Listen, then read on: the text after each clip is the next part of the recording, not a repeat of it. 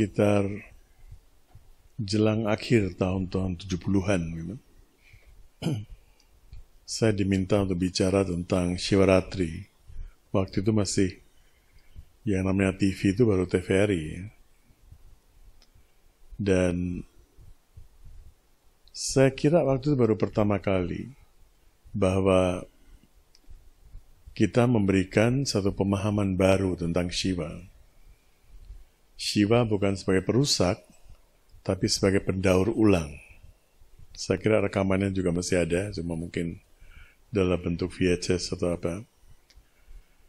Dan saya masih ingat juga waktu itu kita diskusi cukup alot dengan, saya tidak akan sebut namanya, cukup alot kenapa saya ingin memberikan wacana baru. Lucu sekali. No? Sudah ada pemahaman Shiva sebagai perusak. Kenapa harus ada wacana baru? Kenapa, saya masih ingat kata-katanya, kenapa mesti membingungkan orang? Segala sesuatu yang baru membingungkan. Dan oleh karena itu Shiva jelas-jelas membingungkan. Dia dalam aspeknya sebagai Rudra, dia mengakhiri sesuatu yang lama. Kemudian baru sebagai aspeknya Shiva, dalam aspeknya sebagai Shiva, dia membangun kembali. Dan kita yang sudah terbiasa dengan conditioning lama, yang sudah seperti daki. Bayangkan kalau sudah berapa minggu tidak mandi, atau mandinya karena sesuatu hal di musim dingin kadang-kadang atau apa, mandinya nggak begitu bersih. Berapa lama kemudian dapat air hangat, baru mandi bersih, baru bisa rasakan betapa kotornya air itu. Dan kalau sudah berdaki-dakinya sudah tebal, untuk menghilangkan daki pun sakit juga. Oleh karena itu banyak orang memilih kata perusak bagi Shiva. Kematian dianggap adalah kerusakan. Merusak. Tetapi kalau tidak terjadi kematian, tidak akan terjadi daur ulang, tidak akan terjadi recycle. Dalam konteks itu, beberapa waktu yang lalu saya mengatakan bahwa 5 tahun mendatang adalah tahun-tahunnya Shiva. Dan sekarang ini kita sudah mulai merasakan tahunnya Shiva itu dalam beberapa aspek kehidupan di seluruh dunia. Kita melihat terjadi banyak hal yang barangkali tidak terbayangkan sebelumnya. Banyak hal, kecil-kecil kelihatannya. Tapi benih-benih kecil ini akan besar, akan bertunas, dan akan membawa perubahan. Perubahan yang akan dibawa itu dalam bidang spiritual. Ketika saya mengatakan bidang spiritual, sebetulnya kata-kata itu pun salah. Seolah-olah ada bidang spiritual, ada bidang material. Tidak demikian, tetapi apa yang kita anggap material itu, materi itu, harus kita pahami sebagai ekspresi dari spirit. Tidak akan ada materi kalau tidak ada spirit. Persoalannya di situ.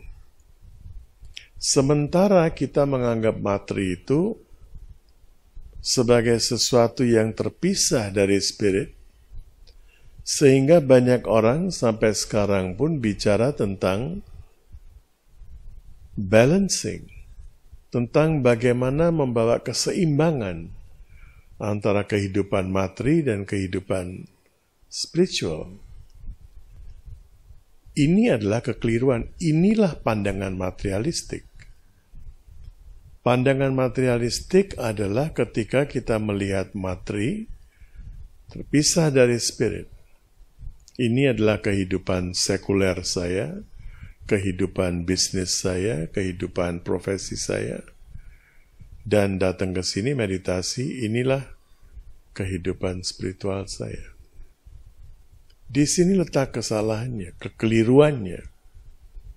Atau lebih tepatnya inilah pandangan materialistik. Tahun-tahun ini adalah tahun-tahun di mana perubahan pandangan ini bisa terjadi dengan sangat mudah. Jangan pikir apa yang saya katakan ini kemudian kita pahami semuanya dan mulai sekarang saat ini kita semuanya berubah. Tidak semudah itu. Tidak semudah itu. Guru selalu mengingatkan yang membuat kita tidak bisa berubah walaupun di luar kondisinya bisa sangat kondusif, sangat menunjang perubahan. Ada ashram ini. Ashram ini adalah salah satu sarana untuk membawa perubahan. Boleh ada ashram ini, boleh ada macam-macam. Tetapi our innate laziness, kemalasan kita ini, dan selama kita masih malas, tidak bisa terjadi perubahan. Semuanya ada, ingredients-nya ada. Sudah ada beras, sudah ada bumbu, sudah ada apapun yang kita butuhkan untuk membuat nasi biryani atau pilau atau nasi goreng. Tetapi semudah nasi goreng pun, kalau tidak ada upaya, tidak dimasak, walaupun semuanya sudah ada, lengkap, tidak akan terjadi apa-apa. Demikian pula kondisi kita dengan adanya ashram ini, dengan adanya sekian banyak fasilitas di mana kita bisa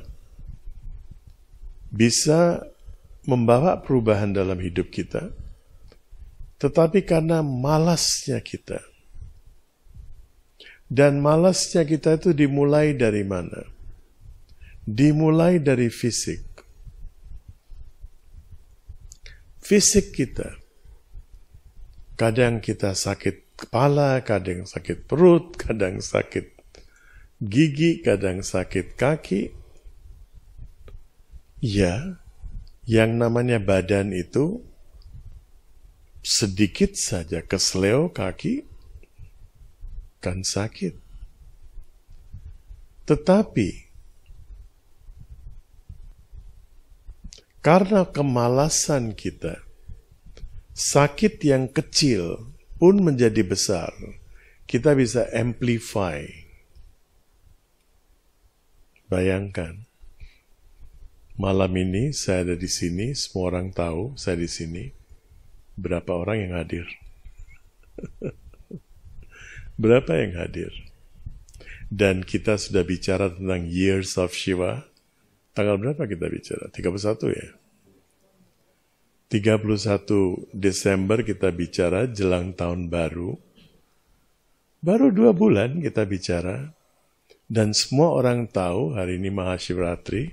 Dan kebetulan saya berada di sini. Tetap saja yang hadir berapa orang. Tapi kalau dicari alasan, alasan akan ketemu. Alasan akan ketemu. Banyak orang yang tidak memahami apapun yang saya katakan selama ini. Taken for granted. Taken for granted. Saya memberi contoh. Malam Shivratri itu adalah malam yang paling suci. Karena malam ini pengaruh dari mind kita berada pada titik nadir, titik nol. It depends upon you. Malam ini mau diapakan? Mau dimasukkan dengan info semacam apa? Malam ini sepertinya hard disk kita dibersihkan, clean. Dari virus-virus, dari segala macam file yang tidak perlu di-delete sendiri oleh alam semesta. Dan kita punya space sekarang. Space itu mau diapakan? Begitu juga dengan Nyepi sebetulnya. Kan dekat-dekat sekali kan. Same, Amawasya. Hari ini di Bali, merayakan Melasti. Ya, cleansing. Pergi ke laut, membersihkan diri, ya itu kebersihan fisik. Betul? Dan yang dibersihkan bukan cuma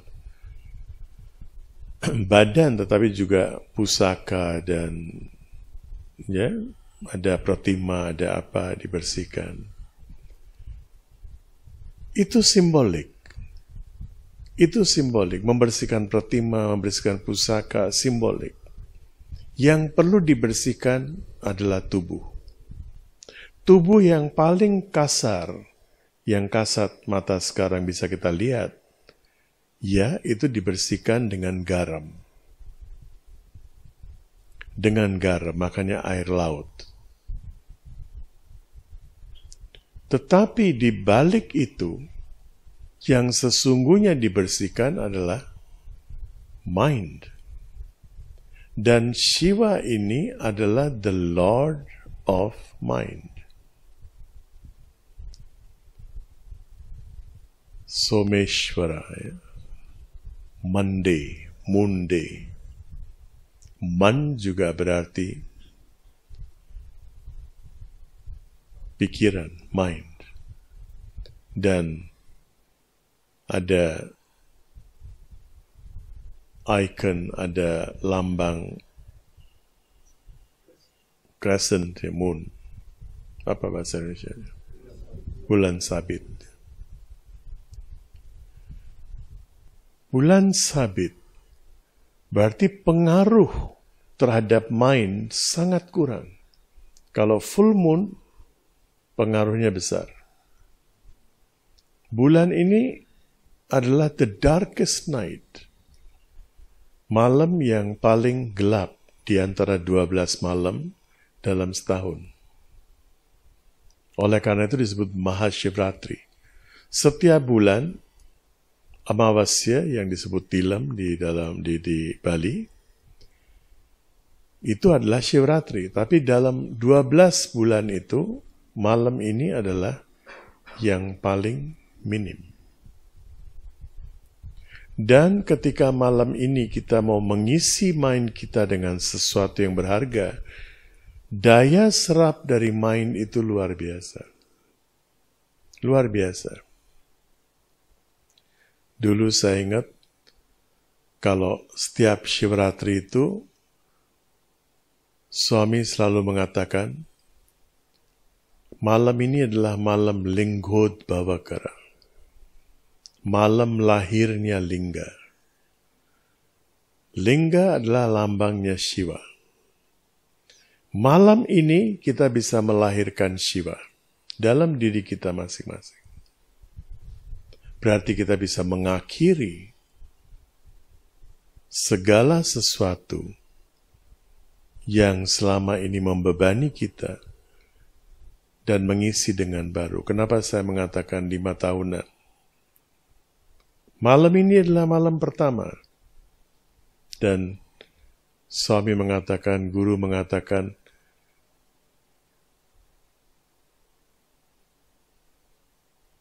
apa yang diperoleh itu melebihi 5 kali kehidupan. Melebihi 5 kali kehidupan. Malam ini adalah cicilan pertama. Cicilan pertama. Usahakan nanti malam, lain kali, semoga kita bisa melakukan setidaknya sampai jam 1, jam 2 malam. Setidaknya, kalau bisa sampai jam 4 lebih bagus. Kita mengadakan bhajan atau diskusi.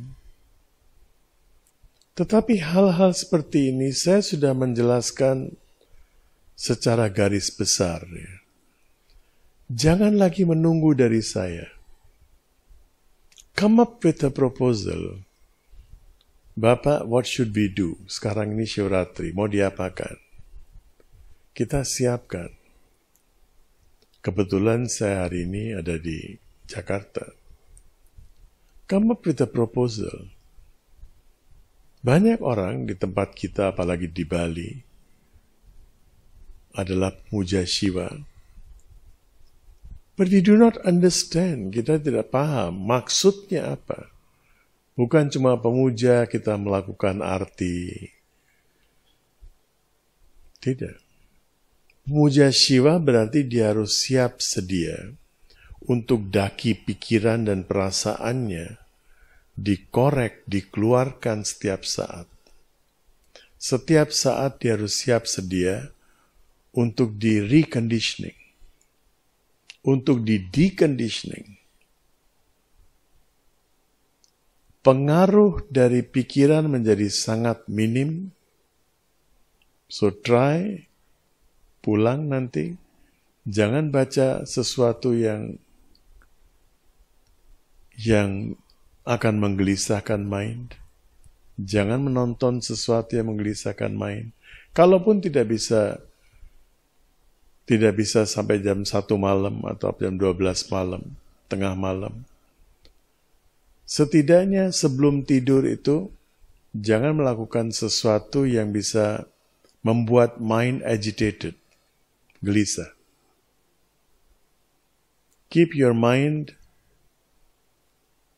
at rest, dalam kondisi restful, dalam kondisi relax, sehingga dia tidak menyerap sesuatu yang tidak pantas diserap. Kemudian, jika kita percaya pada kekuatan Shiva yang hari ini berada pada titik-titik paling tinggi, jika kita percaya pada itu, kita akan diberkahi, kita akan diberikan hal-hal yang terbaik. So, apa yang kita bicarakan tanggal 31 Desember yang lalu, malam ini adalah cicilan pertama. Berbahagialah kalian berada di sini malam ini. Terima kasih.